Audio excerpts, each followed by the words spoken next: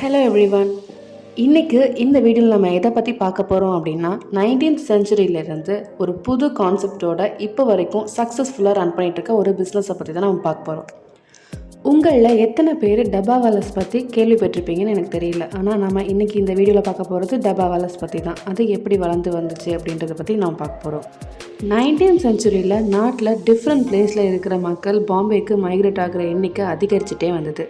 இந்த மாதிரி மைக்ரண்ட் ஆகி வந்த மக்கள் டிஃப்ரெண்ட் கம்யூனிட்டியை சார்ந்தவங்களாக இருக்காங்க.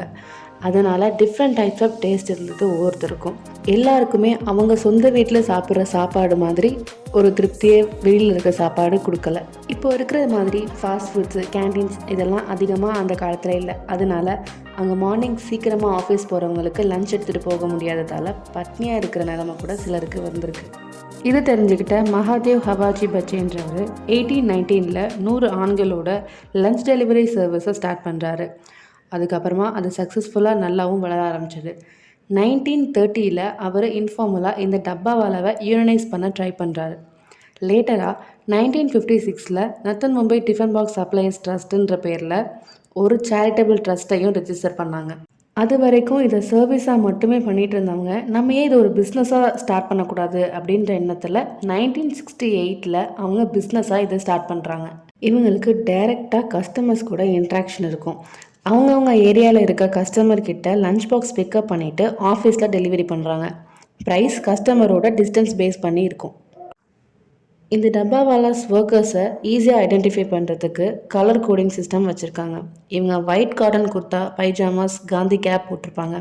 டப்பாவாலாஸ் லஞ்ச் பாக்ஸை ட்ரெயினில் ஏற்றுறதுக்கு முன்னாடி அவங்க போகிற இடத்துக்கான ஸ்பெசிஃபிக் மார்க்கிங்ஸோட ஒரு சென்ட்ரல் லொக்கேஷன் வரிசைப்படுத்துகிறாங்க. அதுக்கப்புறமா ட்ரெயின் மூலமாக டெலிவரி பண்ணுறாங்க. லன்ச் டைமுக்குள்ளே ஒவ்வொரு டிஃபன் பாக்ஸும் டெசிக்னேட்டட் ரெசிபியண்ட்டுக்கு ஒர்க் பிளேஸ்லேயே போய் சேர்ந்துடணும். ஆஃப்டர் லன்ச் எம்டி டிஃபன் பாக்ஸஸை கலெக்ட் பண்ணி அவங்க ஹோமில் கொடுத்துடணும். அரவுண்ட் 5000 டப்பாவாலாஸ் இந்த இன்ட்ரிகேட் நெட்ஒர்க்கை மேனேஜ் பண்ணி டெய்லி 2 lakhsக்கு மேற்பட்ட லஞ்ச் பாக்ஸை டெலிவரி பண்ணுறாங்க. டப்பாவாலாஸ் எஃபிஷியன்சி அண்ட் ரிலையபிலிட்டிக்கு சூப்பர் ஃபேமஸ். அவங்க சிஸ்டம் ஸோ காம்ப்ளெக்ஸ், ஆனாலும் மிஸ்டேக்ஸ்க்கு சான்ஸ் கம்மி தான். அதனால தான் நியூஸ் பேப்பர், டிவியில் மக்கள் இவங்களோட டெலிவரி சிஸ்டம் பற்றி கேட்டு ரொம்பவே சர்ப்ரைஸ் ஆனாங்க. டப்பாவாலாஸ் ஆப்ரேஷன்ஸில் டெக்னாலஜி யூஸ் பண்ணணும்னு இல்லை. Cycles, trains and simple coding system use பண்ணிவிட்டு காம்ப்ளெக்ஸ் லாஜிஸ்டிக்ஸாக ஹேண்டில் பண்ணுறாங்க. So the dabbawalas are basically running a well business model. அவங்க கஸ்டமர் சர்வீஸில் ஃபோக்கஸ் பண்ணுறாங்க. ஒவ்வொரு டப்பாவாலாஸும் அவங்க கஸ்டமர் பேஸ் பொறுத்து ஒரு இண்டிபெண்ட் ஆண்டர்ப்ரனர் தான். Next, collaboration is the key. Dabbawalas different பிளேஸில் இருந்து சைக்கிள் மூலமாகவும் ட்ரெயின் மூலமாகவும் லஞ்ச் பாக்ஸஸ் டெலிவரி பண்ணுறதுக்கு அவங்களோட ஒத்துழைப்பு தான் முக்கியம். அதை அவங்க கரெக்டாக ஃபாலோ பண்ணிட்டு வராங்க. மினிமல் ரிசோர்ஸஸ் வச்சே இவங்க இந்த அளவுக்கு இம்ப்ரெசிவ் ரிசல்ட்ஸை அச்சீவ் பண்ணியிருக்காங்க. இது மாதிரி டிஃப்ரெண்ட்டான நிறைய பிஸ்னஸ் ஸ்டோரிஸை பற்றி நீங்கள் கேட்கணுன்னா do follow, subscribe Tales of time.